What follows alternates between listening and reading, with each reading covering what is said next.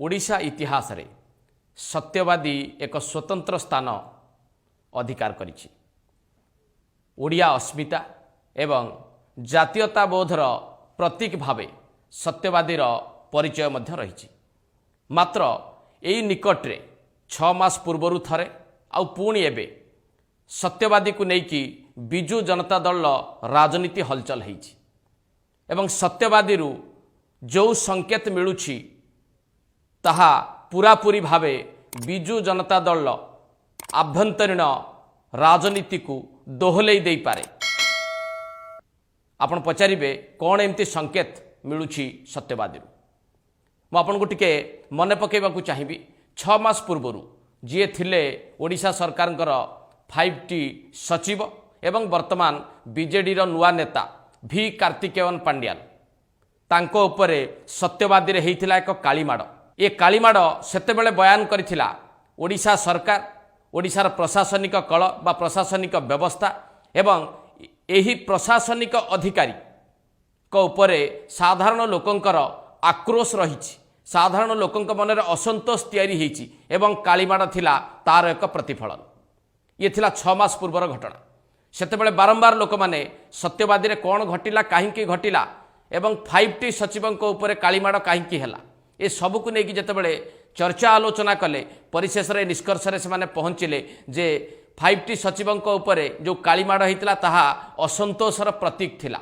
साधारण लोकंक मन रे ओडिशार प्रशासन प्रति सरकारक प्रति जो असंतोष रहिछि तार एक प्रमाण मिलिथिला सेही कालीमाड़ घटनारू। एवं 6 मास परे पुणी एबे बिजु जनता दल राजनीति कड़ले उठेछि सत्यवादी रे। पूर्वतन विधायक संजय दास वर्मा एवं वर्तमान विधायक उमा सामंतराय मध्यरे आरंभ होइछि लड़ई। किए सेठू टिकेट पाइबो। वर्तमान विधायक उमा सामंतराय टिकेट पाइबे नाही बोली ए प्रकार गोटे संकेत देइछंती संजय दास वर्मा। निजर समर्थक मानकु से एकाठी करिसंती निजे आसंता निर्वाचन सत्यवादी लड़िबा को जाउछंती बोली कहिसंती। ए भिडियोटी सोशल मीडिया रे जतबेले सामना को आसिला परवर्ती समय रे प्रतिक्रियाशील होइछंती उमा सामंतराय। एवं केवल विवाद दुई जनक भितरे सत्यवादी रे आउ सीमित रही नाही। ए विवाद पहुंची शंख भवन ने। शंख भवन ने मध्य जो बैठकटी हेतिला सेथिरे मध्य दुई जनक भितरे कोनोसी आपोष समाधान हो पारला नहीं। विवाद दायकी पहुँचलानी नवीन निवास रे। एबे चिंता करंतु सत्यवादी जो विवाद आरंभ होइछि जो विद्रोह आरंभ होइछि ये को रूप नबाकू जाउछि। सत्यवादी केवल गोटे स्थान जोठी 2 जन बिजु जनता दल नेता 2 जन जाक आशायी अछंती आगामी निर्वाचन में लड़िबा पाई बा प्रतिद्वंदिता करिबा पाई। जदि सेमानक भितरे ए विवाद बढ़े एवं ए विवाद सेठी न छेड़िकी नवीन निवास पर्यंत आसुछि तेबे ओडिशार अन्य स्थान गुड़िकरे कौन स्थिति थिबो। मुटिके आपनको चुंबक रे मने पकई देबी एई दिने 2 दिन पूर्वरु ए घटना मध्य आपनको नजर को आसीथिबो।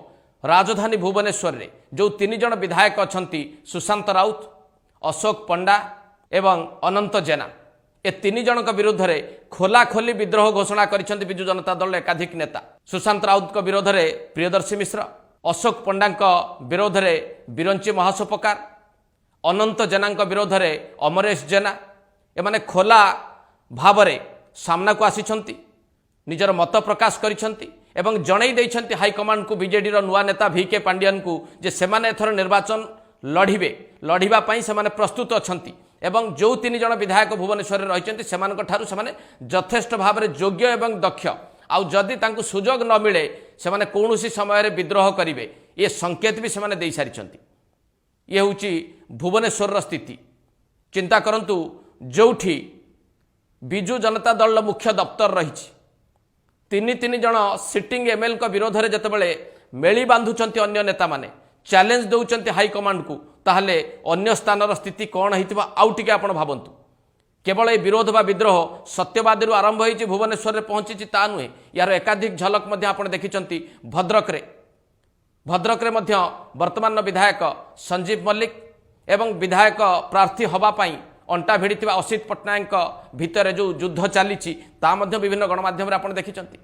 बालेश्वर रे मध्य पूरा बालेश्वर जिल्ला रे वर्तमान बिजु जनता दल भितर असंतोष कुहुलुची। पूर्वतन सांसद रविंद्र जेना तांको परिवार एवं वर्तमान बालेश्वर विधायक स्वरूप दास एमानक भितर विवाद मध्य उग्र रूप नहीं। केवल बालेश्वर गोटे आसन नुहे बालेश्वर जिलार एकाधिक आसन ने विजु जनता दल आशायी एवं जी वर्तमान विधायक रही भितर लड़े तीव्रतर रही।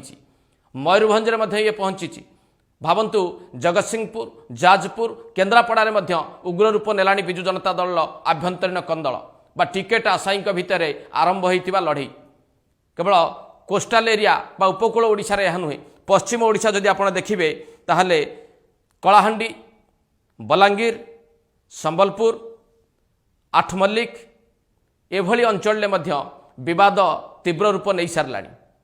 ये हूँ विजु जनता दल आभ्यंतरीण स्थिति। दक्षिण ओडिशा जदि आप देखिए पूरा गंजाम जिला जोटा मुख्यमंत्री जिला बा विजु जनता दल गड़ बोली अभिहित करा जाउची सेठी मध्य गोपालपुर आसिका ब्रह्मपुर ठू आरंभ करिकी खलिकोट पर्यंत सेठी मध्य विवाद उग्र रूप नबार संकेत दे सारा। अविभक्त कोरापुट जिला अर्थात कोरापुट एवं रायगड़ा में विजु जनता दल आशायी माने एवं वर्तमान जो माने निर्वाचित लोकप्रतिनिधि अच्छा से भितर जोरदार लड़ाई आरंभ होती।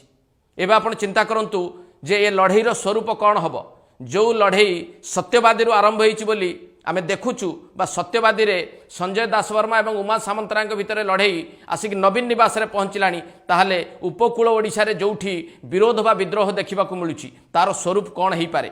दक्षिण ओडिशा रे जो विरोध देखा मिलूँ तार स्वरूप कौन हो पारे। पश्चिम ओडिशा रे जो विरोध देखा मिलूँ तार स्वरूप कौन हो पारे।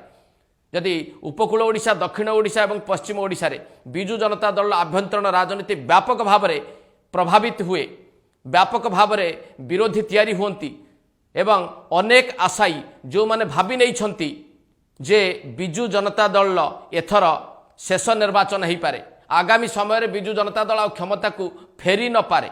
गोटे पटे मुख्यमंत्री लोकप्रियता क्रमागत भाव खसी चली नवीन पट्टनायक लोकप्रियता ह्रास पाइबा सहित विजु जनता दल नुआ नेता विरोधर ये पूर्वाभास कौन सूचौछि आपण माने चिंता करंतु जे जो विवाद बा विद्रोह सत्यवादी आरंभ होकर नवीन निवास पहुँचलानी प्रशमित हबार ना धरुनी अन्य जिला गुड़िकरे अन्य निर्वाचन मंडली रे यही विरोध एवं विद्रोह जीव कुआड़े। विजु जनता दल नुआ नेता VK पांडियान को सामना करेंगे केमिति।